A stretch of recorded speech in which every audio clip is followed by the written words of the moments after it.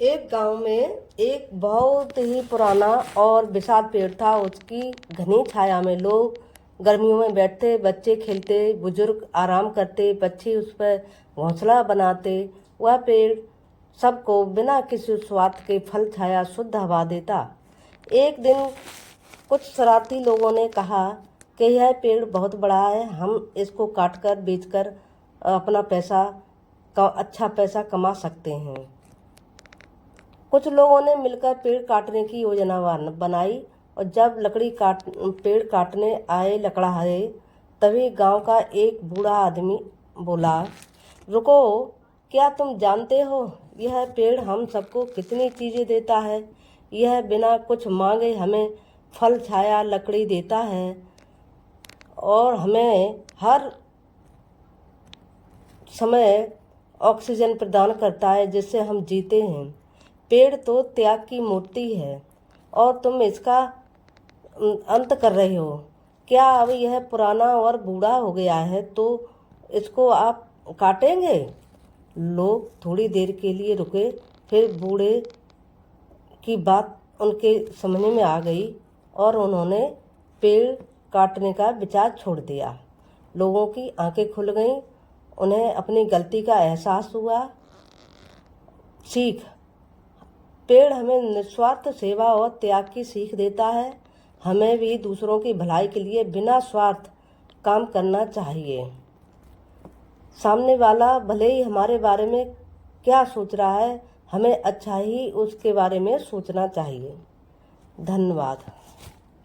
बच्चों, यह पेड़ की त्याग की कहानी है। फलदार पेड़ बनो। बच्चों, एक प्रेरणादायक हिंदी कहानी है। बहुत समय पहले की बात है। एक गांव में एक संत रहते थे। वे बहुत ज्ञानी और शांत स्वभाव के थे। एक दिन एक युवक उनके पास आया और बोला, हे गुरुदेव, लोग मेरी अच्छाई का फायदा उठाते हैं। मैं सभी की मदद करता हूँ, फिर भी लोग मुझे कमज़ोर समझते हैं।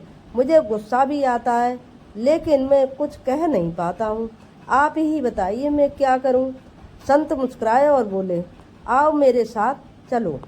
वे युवक को अपने आश्रम के पीछे ले गए, जहाँ एक बड़ा फलदार आम का पेड़ खड़ा था।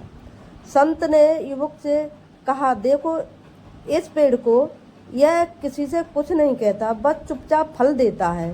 फिर भी बच्चे इसकी डालियों पर चढ़ते हैं, पत्थर मारते हैं, लेकिन यह फिर भी उन्हें मीठे फल देता है।